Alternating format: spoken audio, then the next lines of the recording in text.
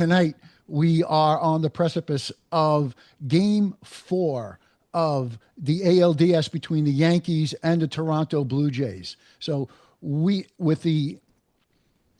call them Yankee Classics. Well, this was an MLB Classic, ladies and gentlemen, and we're going to start right there. So we have special guests. We have my co-host, Billy Martin Jr. We have TJ that's calling in from Arkansas. We have Eric down in Florida, Eric BX. And basically what we're going to do is I'm going to start it off, and then I'm going to ask each the question of what, your emotions at this moment. Now I'm going to set up Game 3. And guys, as I'm mentioning briefly what led to it, we collectively shake our heads because we still really, it's like a pinch me kind of thing. But the game starts, and we all said, in fact, we did a pregame show, Billy, TJ, and myself, and I'm very superstitious, so we had to have us three back on again. And by the way, ladies and gentlemen, we predicted a win.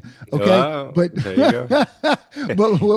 but there was no script between any of us that had on our bingo card, so to speak. But Vlad opens the game, okay, with a 2-run homer. He was 10 for 17 versus Rodon. We talked about it going into the game. I feel that this panel is very objective. We're all Yankee fans. We're all rooting for the Yankees. We all have our little different, spin or our view of things.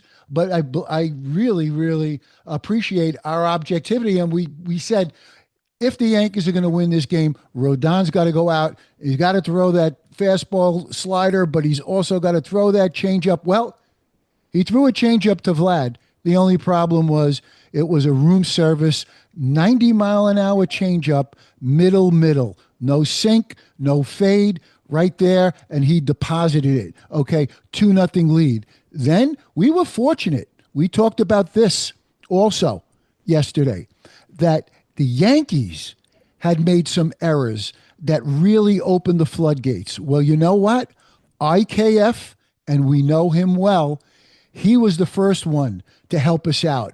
And he kicked the ball, and what that did was we were able to chip away a little bit. We cut it to 2-1. Top of the third, Bellinger comes in to make a sliding catch, just like he did against the Mets. But oh, wait, he doesn't make the catch.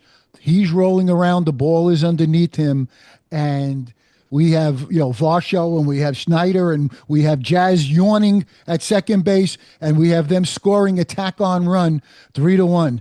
And you know what? After that, there was a single by Clement. And gentlemen, I think you'll know, thoughts going through my mind when it's 4-1, and I'm seeing Vlad score from second base, and I'm saying, I didn't realize or remember him being this fast. You know what? They always talk about that 5 days rest. Is it rest or is it rust? Well, you know what? The bat speed helped Vlad with the 5 days. And man, he motored from second to does a dive into home plate. At that point, we're down 4-1. It gets worse with Santander, makes it 6-1. Rodon is gone, 2 1/3, 6 hits, 6 earned runs, 2 walks, 2 Ks. Horrible outing. Judge cuts it a little bit, cuts it to 6-2. And you want to know something? Stanton makes it 6-3. And the greatness of Judge, he gets into a rundown just prior to that allows Bellinger to go to third base and score on a sac fly. All these little things mattered because when Judge steps to the plate, he's the tying run in the fourth. We're down by 3, not 4, for what we just said. And we were looking for, and Judge was looking for, the team was looking for his signature moment, his postseason moment. And oh boy, did we get it in epic fashion. It was the first time in MLB history that a pitch 99 miles an hour or higher with inside 1.2 feet off the center of the plate, that was hit for a home run in the history of StatCast. So that just tells you about the home run itself. We're going to start off with Billy Martin Jr. As the ball is flying towards, we'll call it the fair pole because of what happened. Billy, what were your thoughts at that moment?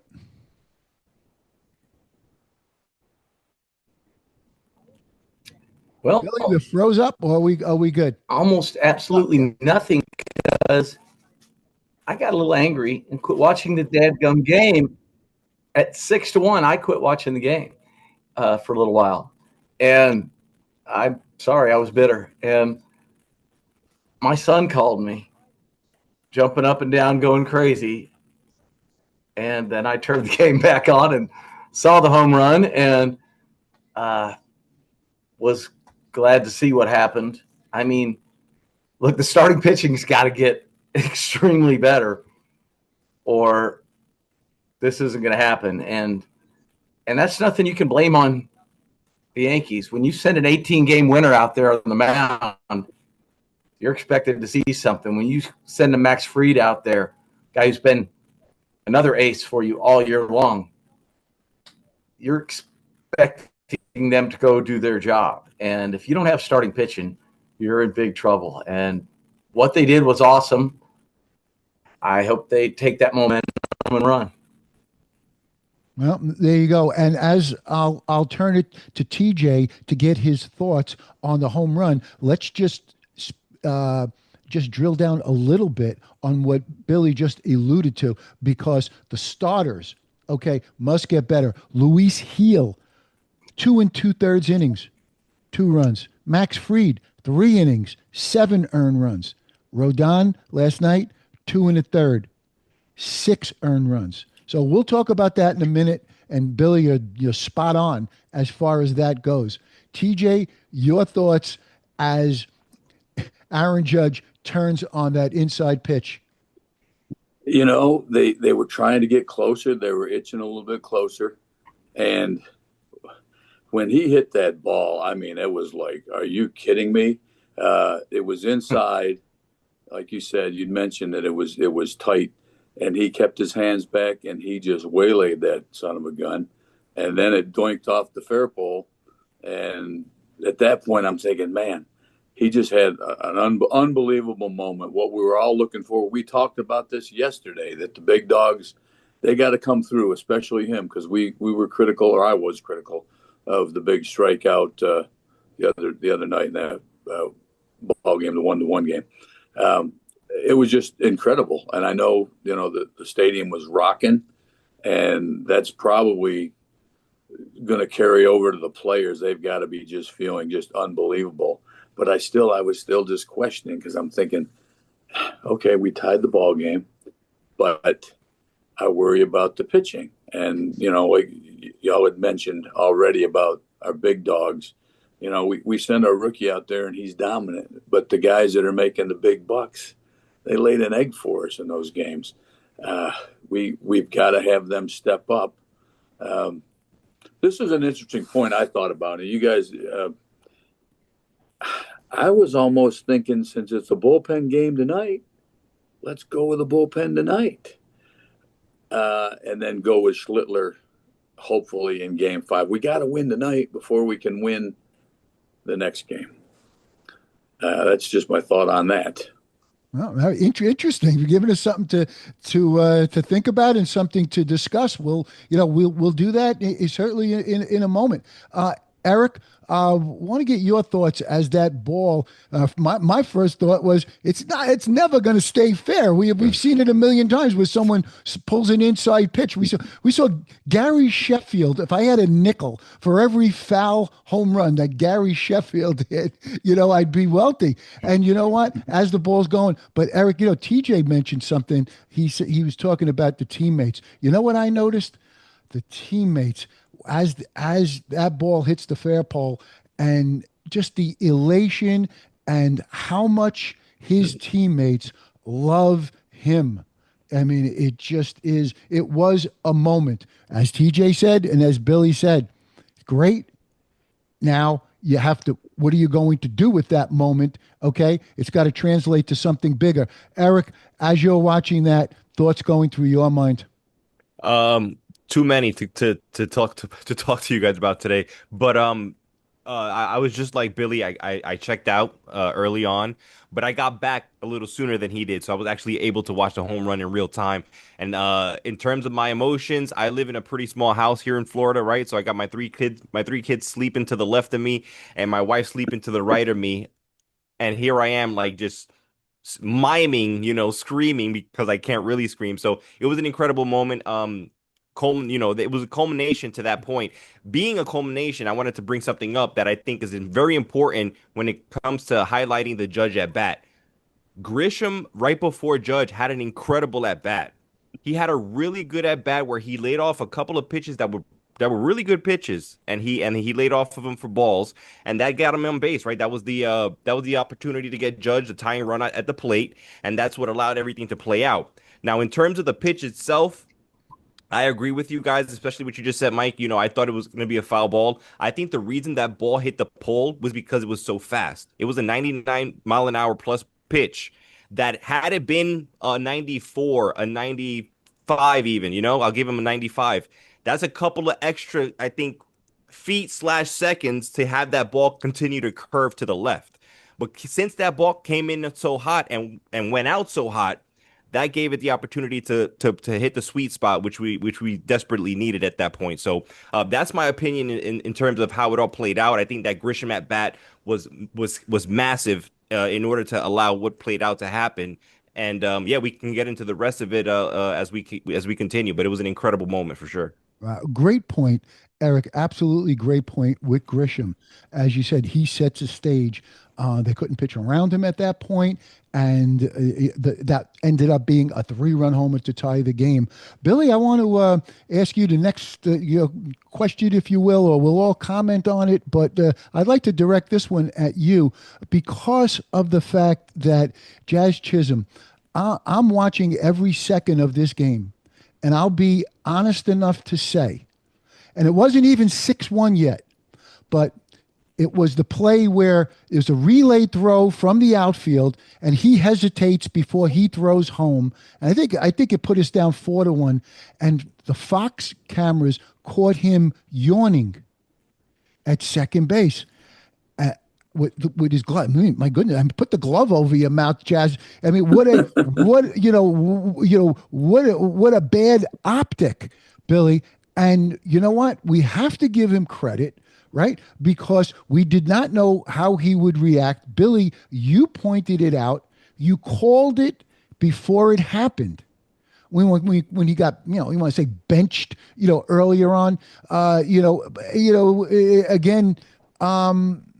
it was, when you think about it, for him to turn. And now here's something very, very interesting, ladies and gentlemen, right? We didn't talk about the lineups yet for tonight's game. So let me just, and we obviously they're out, and I'll share them with our viewers. But Varlin, who is one of their top bullpen guys, who's the one that gave up the 99-mile-an-hour home run to Judge. He's also the one that gave up a 99-mile-an-hour fastball that Jazz turned around to make it 7-6.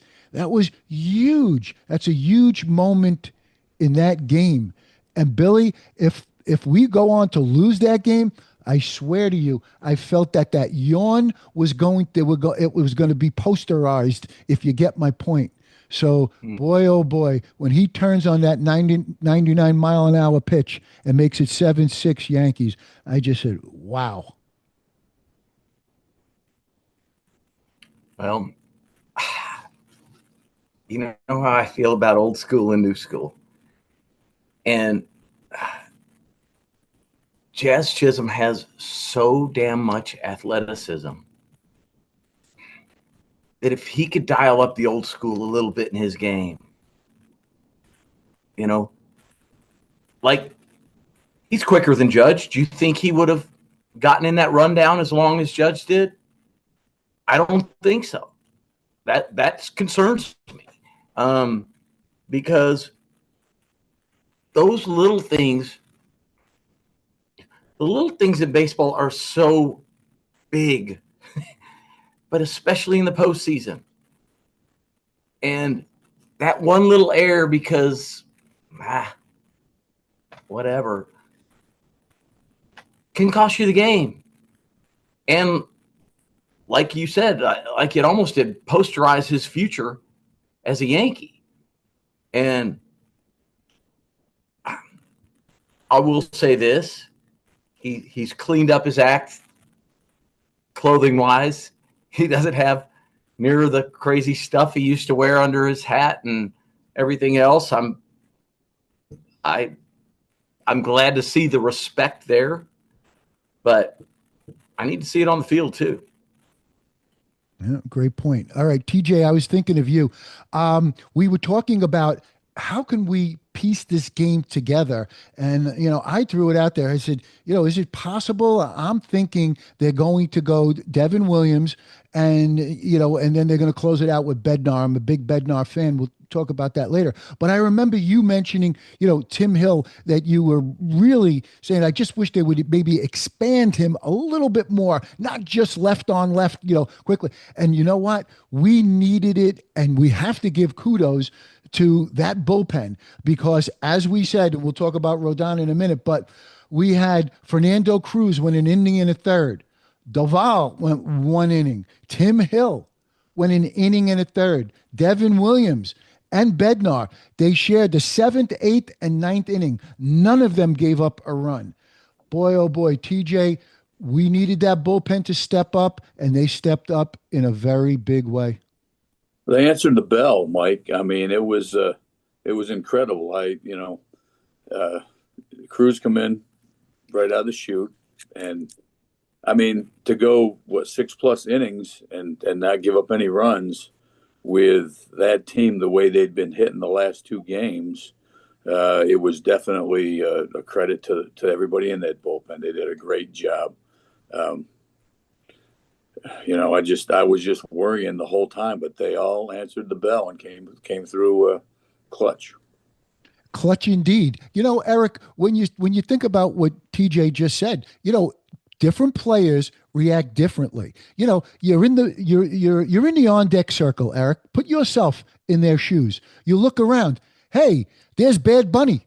You look around behind me. Hey, Spike Lee. Hey, Rick Pitino. Okay, you know what? It's different.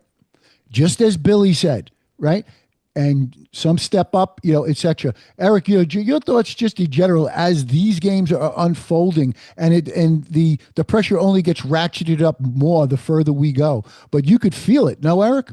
100%, 100%. And I think what you mentioned in terms of the stadium and how electric it was last night, I think in moments like these, especially when teams have their backs against the wall, the stadium's participation plays such a huge part, not only in getting into the heads of the opposite team, but also giving the home team that encouragement, right? Giving them that boost, that energy that they need, especially looking at a 6-1, game so early on. I mean, that place could have completely deflated and just let that whole game just unravel, right? But not only that, also important enough, if not more important, right, is the resilience of the team and the guys themselves. Like you said earlier, Mike, when the team saw the home run Judge hit, they all started going crazy. I think this team came into this game and then especially turned it up once they started losing and they were behind 6-0, behind 6-1. I think they said, you know what? Whatever, this is it. We have nothing to lose. We've been getting railed all division series long. I'm pretty sure, again, I don't know the math for sure, but I'm pretty sure it's plus 25 runs that the Blue Jays have put up against us in the last 3 games, which is absurd. So they said to themselves, listen, let's just let loose. So I think that's what the team in the dugout did. And to your point about the bullpen, TJ and Mike, I think that's what the bullpen said. I think the bullpen said, you know what? F this, we're coming out of here. We're coming out of here hot, and let's see what you can do. And I think that attitude is what got us over the hill last night. Wow. Excellent points. Excellent points, Eric. Billy, we talk about Jazz, so he gives us the lead. But the thing is that we need a few tack on runs. We understand that. Okay. Rosario, who comes into the game, he doubles, right, off of Braden Fisher. And then Wells, let's give him credit, right? So he knocks in one. And then Ben Rice, you know what? In a left on left situation with their lefty reliever Little, okay, he lifts a sac fly to right field to make it 9-6, Billy. Those were all just crucial tack on runs. Yeah, and Rice hit that ball hard. He went down and drove that ball, and it was pretty impressive. You talk about the bullpen. That's the bullpen the Yankees thought they were signing when they went out and got 3 closers to add to their bullpen. I mean, this bullpen struggled all year. But maybe that's – and think about this. What would you have bet if I'd have said to you going into these playoffs, starting pitching is going to be terrible except for a rookie, and the bullpen's going to be outstanding, right? You'd have laughed at me. So that's what the playoffs does. And what I'm hoping is that those bullpen guys that have the closer background, man, maybe this is what they're made for. Maybe the guys that aren't getting to close it out have been a little butthurt and are now saying, oh, well, this is the postseason. Every pitch counts. I don't know, but whatever we do, we need the starters to hang out with the bullpen a little bit longer. No doubt. TJ, Billy brings up the excellent point. We do have to point out that against the Boston Red Sox, all 3 of our starters did well. I mean, Fried pitched shutout ball. Okay, Rodon was good enough, and Schlittler was off the charts. There's no question about it. Gentlemen, this is a question, TJ. I mean, this is just absolutely amazing. The Blue Jays in Game 1 and Game 2 combined struck out 7 times. In Game 3, and that was at the Rogers Stadium, okay? In Game 3, they struck out 11 times. So, you know what? Well, maybe we just took them off their game just a little bit. They don't feel quite as okay and walking around with that swagger. Billy and yourself, TJ, you've mentioned many times, Eric, you also, how important it is momentum, and you know what? You could just see it and feel it. But TJ, the starters in Rogers Field, they just did not have it. But last night, 11 strikeouts in Game 3. I think confidence is that is something. When you have confidence, you cannot be defeated. I think those guys they've got chips on their shoulders, and I'm hoping they continue to have a chip on their shoulder, whether it's the hitters or the bullpen or hopefully the starters with what's going on, or the starter tonight. I hope they just go out there and get after it, man. I mean, we don't want to go home, fellas. We want to play some more ball and go back to Toronto and get them there. No question about it. And Eric, so what I will say was what we were looking for going into that game with Rodon. We were looking for him to do what he had done all season brilliantly. This guy had 18 wins. This guy had the lowest batting average against of any pitcher in the major leagues this year. And he really had me convinced that he owned the concept of not just fastball slider, but throwing changeups. And there were some games that he threw over 30 changeups in one game, and he had guys off balance, etc. I didn't, see that. I don't know if you gentlemen noticed that. He looked like he was just even a little tick off with his velocity. He was 92 to 95.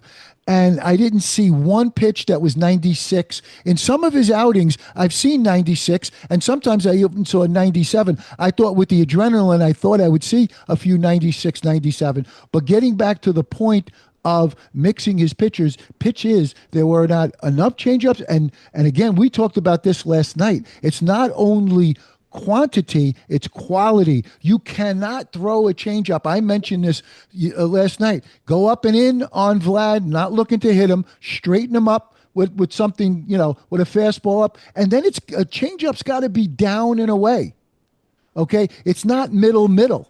Okay, but yet we saw it last night. Eric, we dug ourselves a hole. It was miraculous that we dug ourselves out. I mean, to the point of Rondon, not throwing what you typically would expect from him or typically would see from him. I mean, we've spoken about it here a bunch of times, and I've got PTSD about it. So hey, I'll just mention it.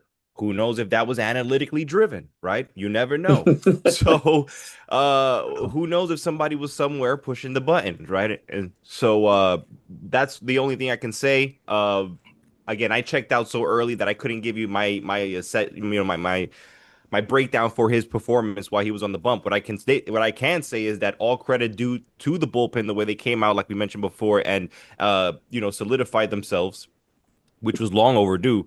But also going back, now I'm flipping it. Now I'm saying that stadium was rocking. That stadium didn't give up. They kept going. The team also started showing resilience, and they kept pushing back. I think it's a weird take, but I feel like these teams that have a huge support system at home tend to flake on the road a bit more because for whatever reason I don't know, maybe they just they let the other stadium get in their heads a little bit more. They miss home stadium. I don't know what it is, but it seems like something systematically with the Blue Jays was off yesterday. Aside from the performances, we can break down the performances separately, but just systematically as a team compared to what they looked like in game 1 and 2, I would say that it was a combination of the Yankees putting their feet down and not moving. And then, of course, again, that stadium just getting in their head.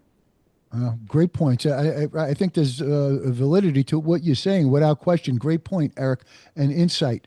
What I want to say to our viewers is this was the first time in Major League history, postseason, that a team was down 5 runs, facing elimination, and came back and won the game. Previously, 0-38. And Billy, I just want to just mention this because I pride ourselves, Billy, you and I have been doing this now for a while. We're building a rapport. Pride ourselves on what we're pointing out, little things that maybe are not out there so much elsewhere. I want to mention this. Caballero, the last play of the game, he lays out, he dives for a ball. Okay? He makes a great play on a hot shot grounder by Vlad. He gets to his feet and makes a perfect throw to Goldie to end the game. I thought that was absolutely huge. You're taking one hit away from Vlad. You're ending the game. You're stepping on their throat. And Bednar had thrown 20 pitches. Who knows how many more pitches he has to make if Caballero does not make that play. We've said it many times. Little things matter. I don't think that play got discussed, okay? But those things, they do not show up on an analytical, balance sheet for the weight of it, the importance of it. Billy, your thoughts? Am I exaggerating that? Not one bit. I said it to my son right after he made that play. I said, all right, now he is on the very top of my backup super utility guy, because we decided Josh Smith for the Rangers was our favorite guy like that about a year ago, because you can literally stick him anywhere on the field, and he's a dog. He goes out there and plays hard, but he can't run like Caballero can. No. And think how handy it is to have that guy to stick in on second base in the 10th inning, or to pinch run for somebody in a game that you can. I'm going to be willing to bet he can probably play anywhere out there too, but we know he can play short and third, and I'm certain second's probably in his wheelhouse too. But that was a play that he made look easier than it was. So I was very impressed. And again, right, Bednar, the byproduct of that is Bednar throws 20 pitches. Who knows if he throws 30 something last night, not available tonight. Huge, absolutely huge. Gentlemen, great job all the way around. We're going to go around the horn with this one. I just like to read the starting lineups. And gentlemen, then we'll start with TJ, then Eric, then Billy. Just give me your thoughts on start. Does anything jump out at you? Okay, so here we go. Ladies and gentlemen, as far as Toronto's lineup, Springer's DHing. Left field, Lucas. He's a good defensive ball player. Vlad at first, Bodger at third. Again, Kirk behind the plate. We know that. Varsho in center field. He could really run him down. Santander in right field. He made a misplay yesterday. Second base, Clement. I mean, this guy we can't get out. And I mean, he is fast too. But I mean, he's doing it with the bat, surprisingly. Okay, and then we have Jimenez. And what we have, they have John Boy's got Varland listed as a left-handed pitcher. I think that's a typo. He's a right-handed pitcher. We saw him last night. It's an interesting thing what they're doing. He give up a home run. He gives up a home run to Judge, and he gives a home run to Jazz. So maybe the batting order should have been Jazz, Judge. But anyway, I'm only joking. It's one of these crazy bullpen games that we talked about last night. We kind of predicted it on this show. But now I'll give the Yankee lineup. Grisham in center. A great point by Eric again on how instrumental he was with getting on base in front of Judge. Judge, okay, Mr. Superman in right field, Bellinger in left field, Stanton DH, Jazz at second base, Goldschmidt at first against a righty starting pitcher. Interesting. But again, they think it's going to be a bullpen. They don't know how long Volland is going to last there. Again, I'm saying that's a typo. Left-handed pitcher with Volland. He's a righty. Wells, okay, Volpe, McMahon at third, Schlittler on the mound. Before we talk about the pitchers, gentlemen, hold off on that. But start with TJ. Does anything jump out at you, TJ, that you'd like to see something different? Thoughts on the starting lineup? As far as the starting lineup, I think Barger and Kirk and Varsho and Clement have been unbelievable with their at-bats, especially that Clement kid. I mean, he's filling in wherever, and he's doing a tremendous job. I think if we can get to Varland right out of the chute or get him quick and get to that bullpen, I think that's going to be key because, what did you 6 pitchers last night? I mean, I think that's a feather in our cap right there. I also think you blew a 6-1 lead, guys, and you have kicked us around the last 2 games. And I thought they were about to put the dagger in us last night. We come back. I mean, to me, I would think that's kind of got to be devastating. So I think all those things, I think the house is going to be rocking right out of the chute tonight.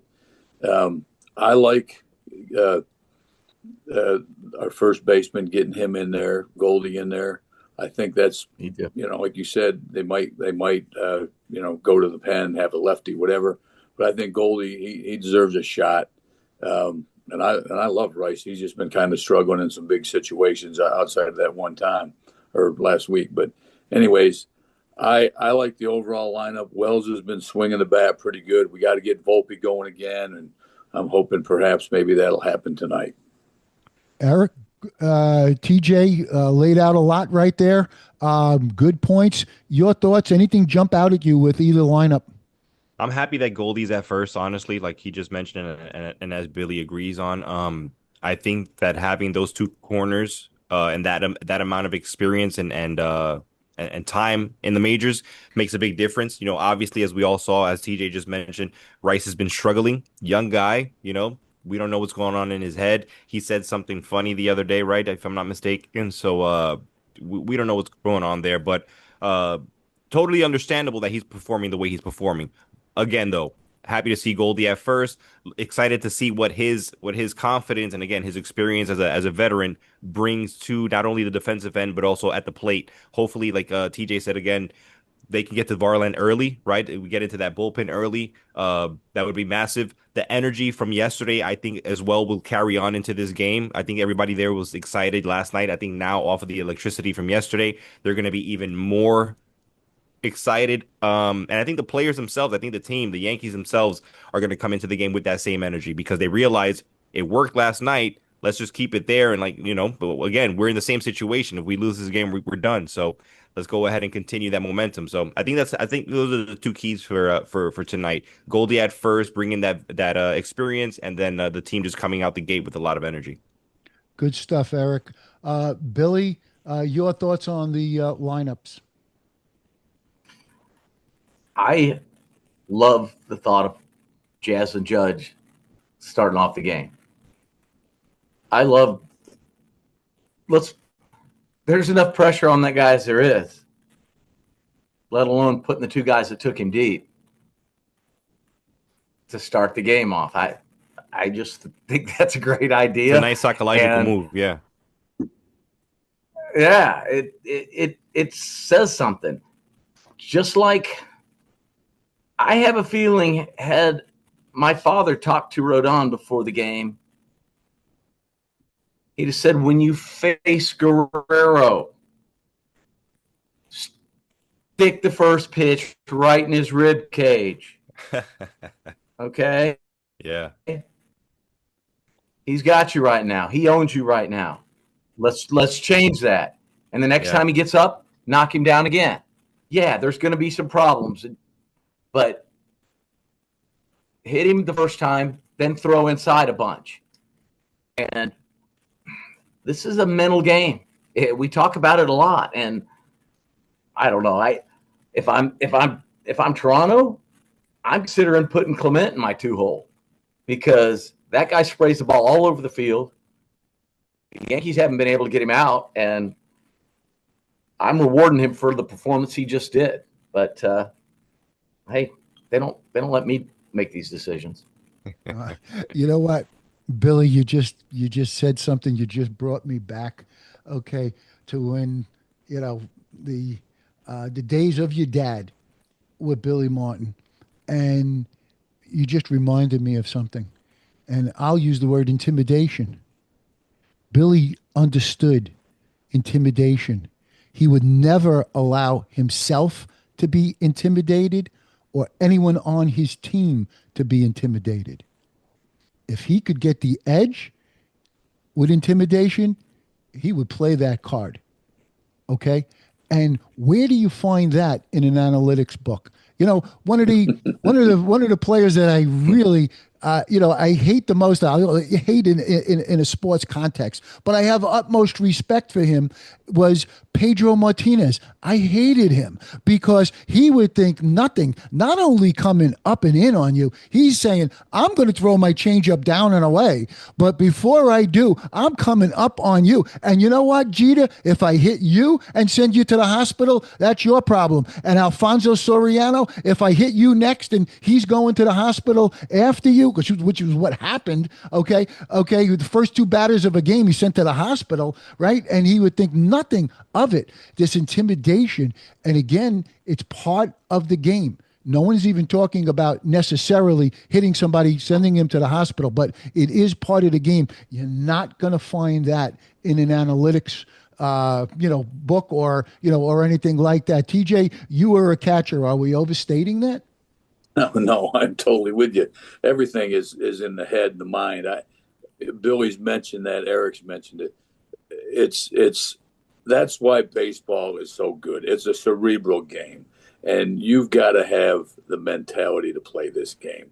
I know there's a lot of physical, athletic players in football and basketball, but I think it's a very cerebral game. Well, and you know what, gentlemen? Let's take a look at the opposing pitcher. So we have a bullpen game for them. It's interesting that they're starting, Varlin. He's probably only going to be around, for an inning or so, but it is very, interesting. I kind of half jokingly said Jazz, batting leadoff. Billy liked it. So maybe we were onto something there, but hey, they do something crazy. Just like Billy said, that's what his dad, Billy Martin would not think twice. If somebody said that and he looked at him and he goes, why are you laughing? I'm going with that. That's the lineup tonight. He would, again, that's instinct, that's gut, that's a visceral thought. Okay, we'll take the emotions out of it for a second. We'll take that kind of thing out of it for a second. You guys bear with me because, sometimes I drill down when it comes to the pitching. So all of that. But ladies and gentlemen, I find it fascinating. Okay, absolutely fascinating because Cam Schlittler, what he did against the Red Sox was epic. Okay. He just punched them in the face. It was fastballs and variation of fastballs and very little else. Now, what I find fascinating about that is, can he do it against Toronto? Now, I was at the stadium back on September 5th. He pitched against this same team, the Toronto Blue Jays. He went 1 2/3 innings. If you remember, he was pumping a lot of fastballs, a lot of hard stuff, and they were fouling him off. They were taking walks. They were hitting him, and it was his shortest outing of his career. So you got 2 outings like that. So here's what I want to say. I'm even going to drill down a little bit more, but I just want to say this preliminary speaking. What we're going to be looking at is he has a fastball that's 99, 100 miles an hour. That's his calling card. We understand that. Then he also throws what they call a sinker. But when I see his sinker, I don't see sink. I see arm side run, okay, which is great. Okay, but I really don't see it sinking. I see arm side run this way. Okay, then he's got, and I think I talked about this on a previous episode, his quote unquote cutter has glove side movement.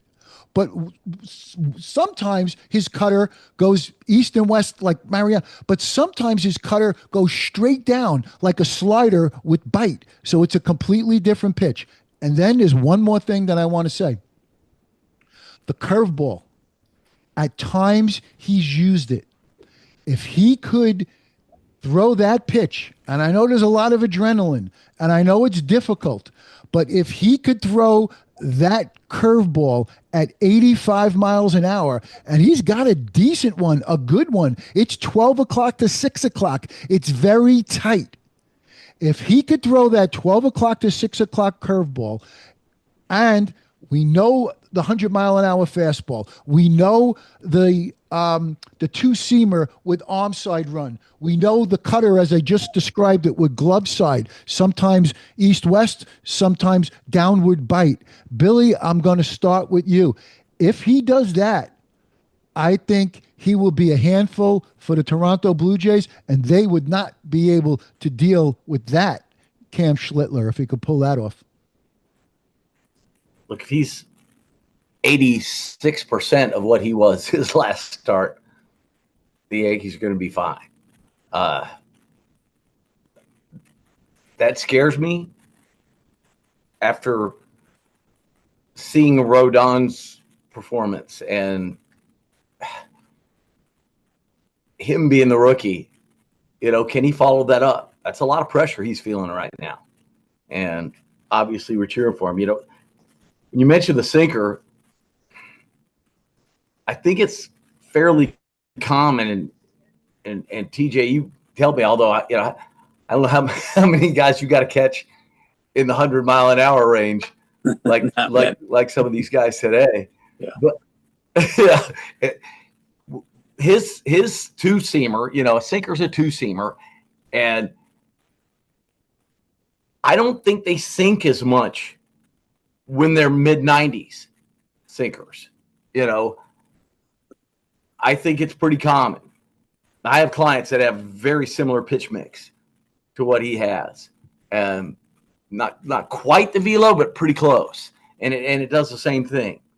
But no, to your point, I, I hope Cam can come semi close. You know, TJ mentioned earlier talking about a pen day, and I could go back and forth on that. I think Cam deserves the ball. You know, can he follow that up? That's a lot of pressure for a rookie. I hope he does, because this is really going to be interesting if it happens. And who will start the next game for both teams if the Yankees do win? Well, I'm going to say it's going to be Fried, and from what the feeling that I'm getting is Gosman, because it's funny, we have on our show, and we're very proud of it, Billy. Like, we have Brian Hoke, and you know what, great guy. He reposted or retweeted something, and it was a beat reporter from Toronto. I had no idea who it was, but because Brian Hoke retweeted it, it added validity. So what this Toronto beat reporter said was that Savage will be available in the bullpen tonight. And he went on to say Kevin Gausman threw what he described as a, quote, modified bullpen today. And he said, quote, it would be a very unique spot to see Gausman tonight. So what it looks like and it sounds like, and who knows, this could be, right? It could be, smoke and mirrors. We don't know.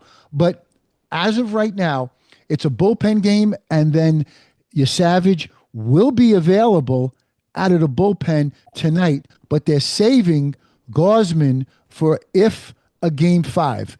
And I feel very strongly it would be Max Fried for the Yankees in game 5.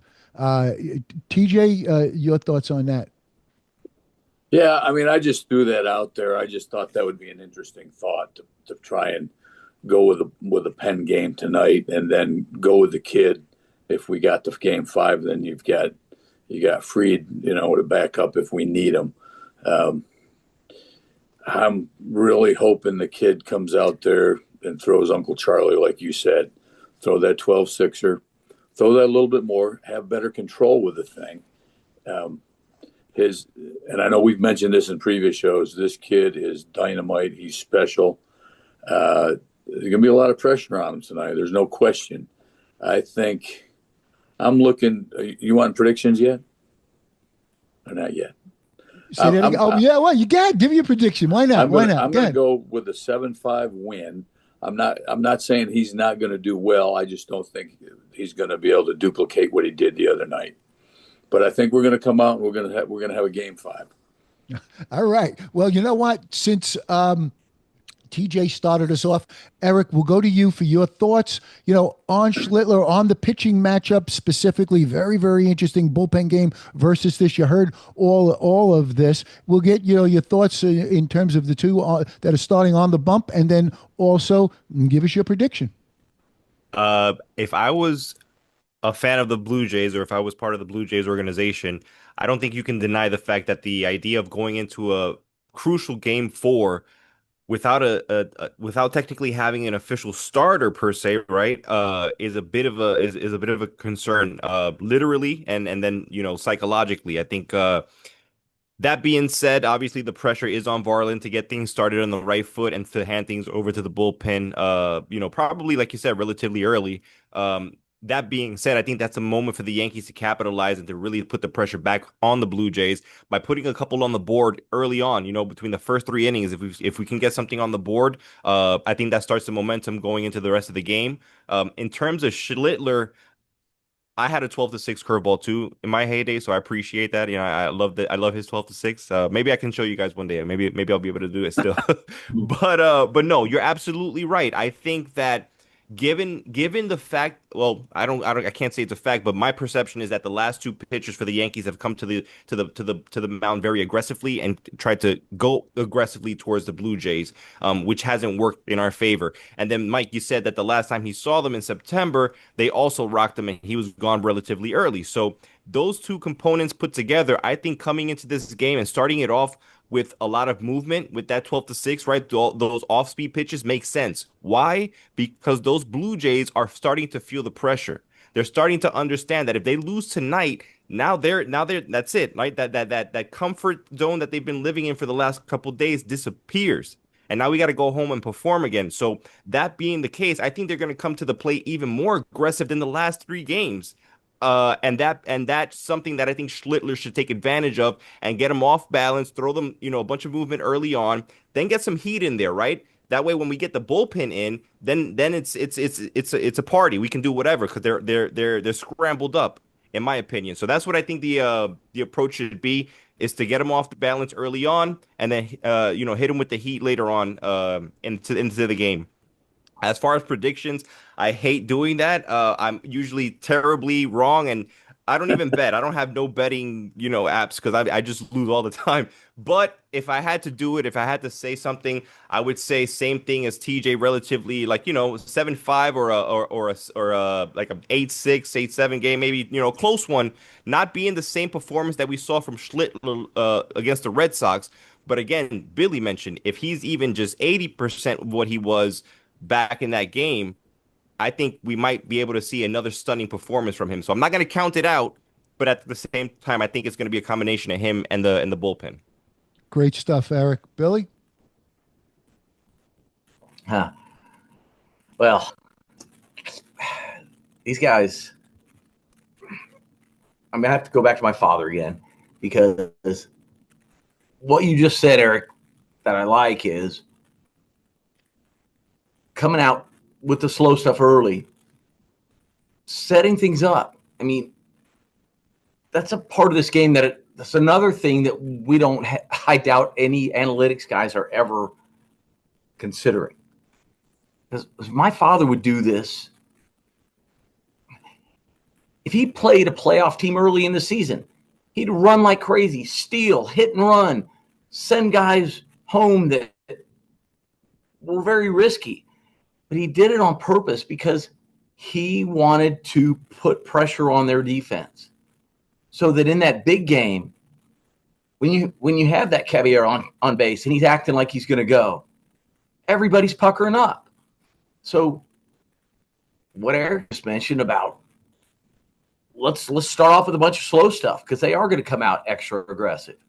And oh wow, things are different today, which will set up something better in that second, third at bat. The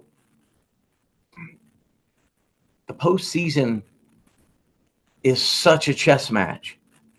Obviously, you have to perform. Obviously, there's luck involved, but if you can mentally put yourself in the right position and give these guys a chance, look out. And I'm going to go 8-4 Yankees. I'm just really hoping we get an 84% of Cam's last start. 82%, I'll be thrilled with. Right, because well, you know what? We're pretty good on our predictions, gentlemen. We tend to pick the Yankees, but we've been pretty successful with it. I predicted that they would win the series before the series even started. I'm blown away by the lack of performance by the starting pitchers up to this point. I did not see that coming at all. I feel fortunate that we're still alive, but you want to know something? I do feel that we're going to win tonight's baseball game. Just a couple of quick things. One, as a general baseball fan, it doesn't really get much better than this. This is almost better than World Series times. Why? Well, because we have 4 games today. We have the Seattle Mariners, and what a great story that is, versus the Detroit Tigers. Seattle's up 2-1. The Brewers, again, an amazing story, up 2-0, looking to close out the Cubs. Toronto with us, this could be an epic series. And the Dodgers later on looking to close out the Phillies. So it's great if you're a baseball fan. Look at all those other teams that we just mentioned. So one thing that I would like to see, and we talked about this, gentlemen, because we try to cover it from all different angles. I think we even talked about the robotic, strike zone next year with challenging and all of that. You know what, guys? I'm going to tell you, I could just picture Schlittler today being so amped up. A lot of his fastballs are going to be up in the zone, slightly above the strike zone. And it depends on the umpire on that particular night. Could you imagine if they start giving him the high strike? Well, guess what? If they give him that high strike just a little bit above the zone, good luck. And if he tunnels that 12-6 curveball, forget it. Okay, so it's going to be interesting. Let's keep an eye on that. On top of everything else, you hear what I'm saying, that I'd like that off speed, that 12-6. I'd like to see Matt Blake in the dugout being aware of a young pitcher. If he's got to make a mound visit, let that be part of the message. It never is. Okay, it never is. So I'd like to see that, tonight. The other thing, gentlemen, is, and we talked about this briefly, and then I'll just, we'll go around the horn again, just, giving you, putting a bow on it, finishing comments, before we break. But the thing I would say is, we talked about IKF last night and that feeling that we got when he made that error. Okay. I'm going to say, let's not be the team that makes that error tonight. Let it be them. Let's play a clean game. We've talked about it so many times, but let's be the team that makes the plays, that makes, all the plays and plays a clean game. We'll go TJ, Eric, and then we'll give Billy the last word. I'd like to see the guys like Billy had mentioned before about hit and run and stealing. If we get in a position, we get a 1-2 run lead, to put the guys in motion, put pressure on those guys. They're going to be just, I think if we get a lead on them, it's going to be so enormous that they will make mistakes. If we play smart baseball, manufacture a run if you don't hit the home run. I've been preaching it all year. Do the little things, fellas. Make them make mistakes. I think if we can limit our mistakes, make them make mistakes, I think we're in good shape. Great job, TJ, as always. Eric, closing comments. Get on base, be aggressive on the base paths, like Billy said, and something that I mentioned the last time I was on. Volpe and Jazz do a great job of bouncing around and distracting and getting into pitchers' heads. And so a lot of that on the base pass, a lot of pressure on them. When the relievers come in, they need to have clean innings. They no walks, no mistakes, with the no mental errors, no lapses. Because honestly, with the series now tighter, every mistake is magnified, and we saw how yesterday that can play a huge part in a team unraveling before our eyes. Again, to that point, keep capitalizing on the mistakes. Let the stadium keep rocking. They're human, right? Pressure makes crack. So keep the pressure on them, keep the crowd loud, keep them excited. The team also with high energy, and you'll be surprised how much that, how far that goes. And yeah, then I'll wrap it up with that, man, because we're a few minutes away from game time here, but I'm excited to see what happens here. Great job, Eric. As always, I'm going to turn it over to my co-host, Billy. Very proud of the product that we put out. I think, the conversation and the analysis and everything is on a very high level. We'll give you the last word. Let's get old school. I want the little things emphasized tonight. Mess with that pitcher when you're on base. Think about this. You act like you're stealing. And if you could take 2% of his mind away from the hitter, what that may cause with a lineup like this. That may cause him to hang that curveball just a little bit. Do all the little things. No yawning tonight. Cover your mouth with the Jazz. Drink a couple. Right. Drink a couple rock stars tonight. Let's get amped up and go out there and put pressure on them in every possible way we can. Because we know it's a mental game, and let's make them the mental midgets and go out and win this game. Great, great job, guys. You know what? You've said it all, so I'll leave it right there. Ladies and gentlemen, enjoy the game. We're baseball fans. It doesn't get any better than what we're experiencing. Let's enjoy it and go Yankees. But it's great baseball all the way around. 4 great games, and we're proud of this sport, and that's why we love it. Enjoy the game, and we'll see you on the next episode. Thank All you right, again, guys. everybody.